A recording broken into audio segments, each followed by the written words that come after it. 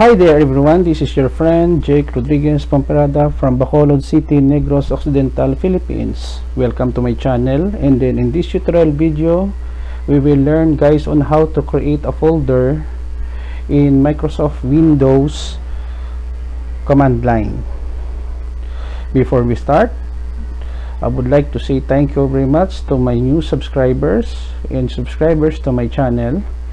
If you are new with my channel, please hit the like button, leave a comment in the comment section of this video tutorial, and subscribe to my channel for more upcoming video tutorials. So let's get started. I am here right now on the Microsoft Windows command prompt. Most of the time when we are working with Microsoft Windows, whether it is Windows 7, 8, 10, we are fond of using Windows Explorer to create our folder, but some of us does not know that in the command line we can create our own folder by issuing commands. The command to create a folder in Microsoft Windows command line is md or mkdir. md means make directory. So to know the syntax on how to use this command, we simply type md /?. The question mark is also known as wildcards. Press the enter key. It gives us the description of the command. Creates a directory mkdir drive path md drive path. If command extensions are enabled, mdr changes as follows. So we have here several example.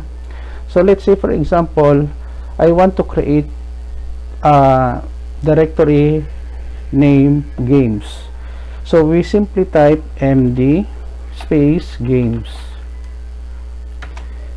Okay, that particular directory is already existing, so we can make it again md docs for documents. To know if this directory exists, we issue a command dir docs space docs. So as you can see, it is empty. Another thing that I can teach you is issuing this command cd docs, change directory docs dir. So we are already in the folder of docs. To verify, we use Windows Explorer. We go to C and then go to letter D.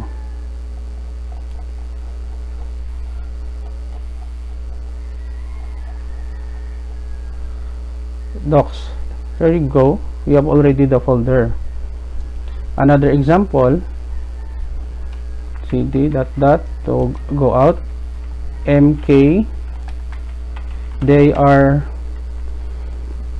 user info cd info dir. So we have created two folders already, the docs and info. In the Windows Explorer, let us go to letter F.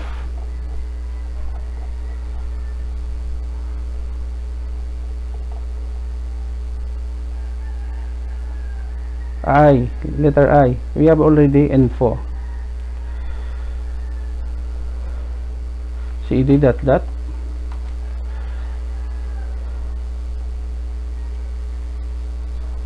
So this is the end of our tutorial video on how to create a folder or directories in Microsoft Windows command line.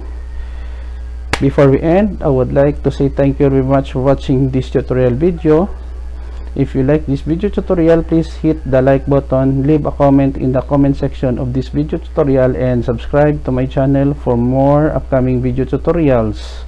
This is your friend from Bacolod City, Negros Occidental, Mr. Jake Rodriguez Pomperada says until to the next video tutorial, bye bye for now.